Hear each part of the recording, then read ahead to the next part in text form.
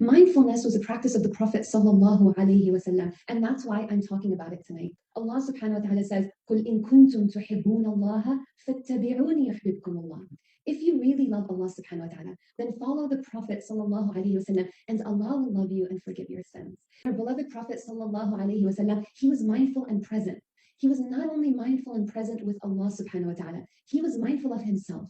He was mindful of those around him. He was mindful of things, even inanimate objects. He was mindful of animals. He was mindful of the angels. And Allah subhanahu wa ta'ala, from his infinite mercy and his generosity, sent to us our Prophet Muhammad sallallahu alayhi wasallam, who he said about him, sallallahu alayhi wasallam, لَقَدْ كَانَ لَكُمْ فِي رَسُولِ اللَّهِ أُسْوَةٌ حَسَنَةٌ. That there has most certainly, there's no doubt about it, that in the Messenger of Allah sallallahu alayhi wasallam is an excellent example and role model. And so we have to follow the Prophet ﷺ, not just in the length of the beard for the brothers, not just in the way he dressed, sallallahu alaihi wasallam, but also in his other practices like this one.